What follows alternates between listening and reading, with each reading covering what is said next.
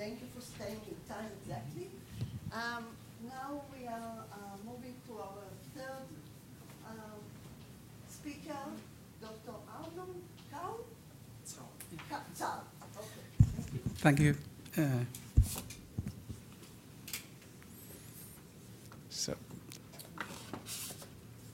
Okay, thank you. I'm Aoneng Cao from Shanghai University. So today I'm going to talk about our recent work on protein and peptide drug delivery. As we all know that proteins and peptides are ideal drugs. They have become more and more important in current pharmaceutical market.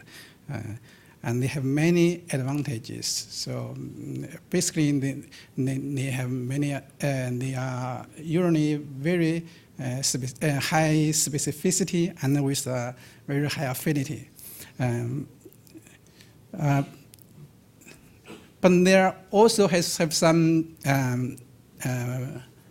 disadvantages, especially because they are usually very unstable. They can be denatured by many conditions, such as thermal denature or acid denature. They can be hydrolyzed in stomach. So usually they have protein and peptide drugs have to be stored at a low temperature, and they are not suitable for oral administration. So and then all those drawbacks could be solved by nano delivery. And then silicon nanoparticle is one of the widely studied nanocarrier for proteins because they are regarded as biocompatible. They are very easy to synthesize, and their surface can be easily modified. But there are also a big problem for silicon nanoparticle to encapsulate proteins. Because silicon nanoparticle is negative charged. So due to electronic repulsion, negative charged protein cannot be encapsulated. As shown here, by the fluorescence of protein, the protein loading is critically dependent on the pi or the charge of proteins. So our goal is to develop a general non-covalent method to encapsulate negative charge protein in silicon nanoparticle. Of course, this should be worked also for neutral and positive charge protein. For this purpose, we choose fluorescent protein as a model protein because they have a pi around 6, so they will be negative charged at physiological conditions. To encapsulate the negative charge protein in silicon nanoparticle, we need a force to counterbalance the electronic repulsion. So for this purpose, we thought of the His-tag technology, which has been widely used in protein purification. Basically, in this technology will aid about 6 histidine on one terminal of the proteins, which can be easily done by protein technology. And with this His-tag, this protein can be easily bound to the surface of nickel-ion immobilized resin beads. But of course, we couldn't use this technology directly. We don't want to immobilize protein on the surface of the nanoparticle because it won't provide protection. And we can't use nickel ions because it's toxic. So what we try to do is to encapsulate this protein inside silicon nanoparticle, and we try to use calcium ions instead. Luckily, we found a very easy method to do that. Basically, it's a very small modification of a widely used reverse immersion method, as shown here. For this common reverse immersion method, if the protein is negative charge, you will get no protein loading. But if we add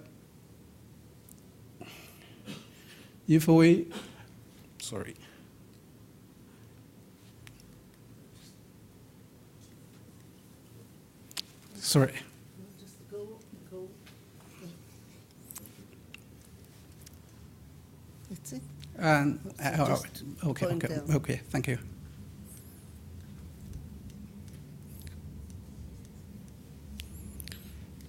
So if we add His-tag to this negative charge protein and using a similar procedure from the reverse immersion method with the standard modification, that is, we add a small amount of calcium ions to this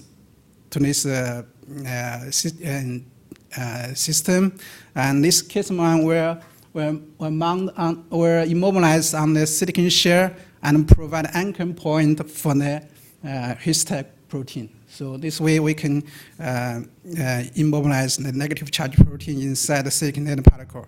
And the result is good. With calcium ions, we can get a high protein loading around 20%. Without calcium ions, the same His-tag protein, you almost get nothing. To prove the role of this is just show the TM image of the nanoparticle. To prove the role of calcium ions for the encapsulation, we also added EDTA to this system as shown here. If the concentration of EDTA increased, we can almost complete suppress the protein encapsulation.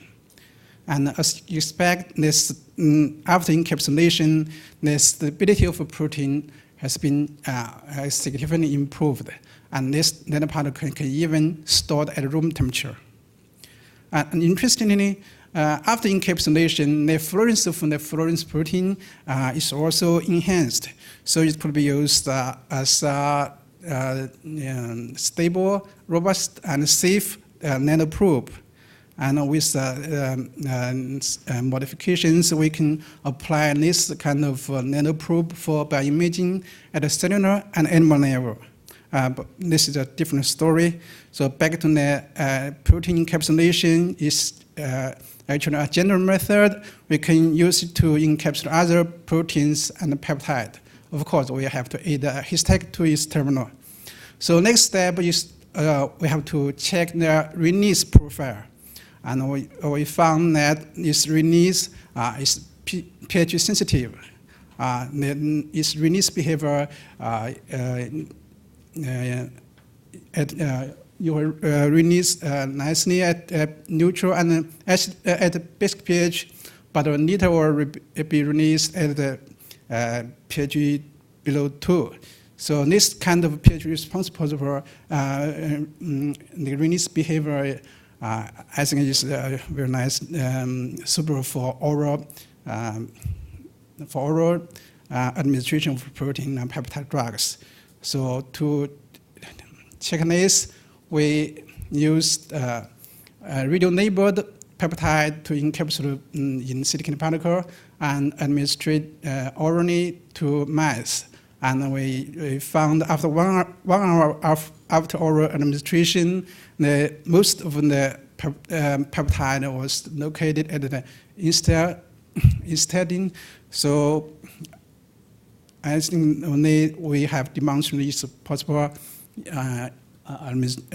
application for oral administration. So to summarize, we developed a Facile general encapsulation method for negative protein, which is based on calcium ion His-tag interaction, and this interaction provide a new pH-sensitive release mechanism for protein and peptide, and this release behavior may have a potential application for oral administration. And with that, I would like to thank my collaborators and thank you all for your attention.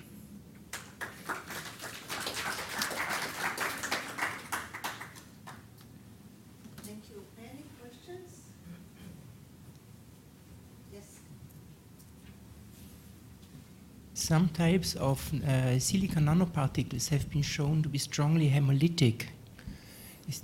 Do you have information with respect to your silica particles? Can be many silica particles are hemolytic.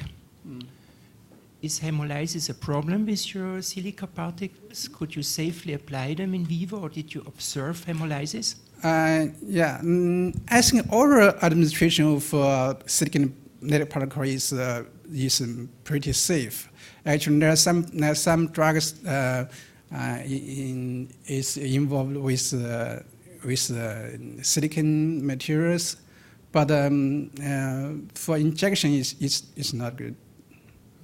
Yeah. Thank you. We have more questions at the end in the discussion, and I want to invite Enyo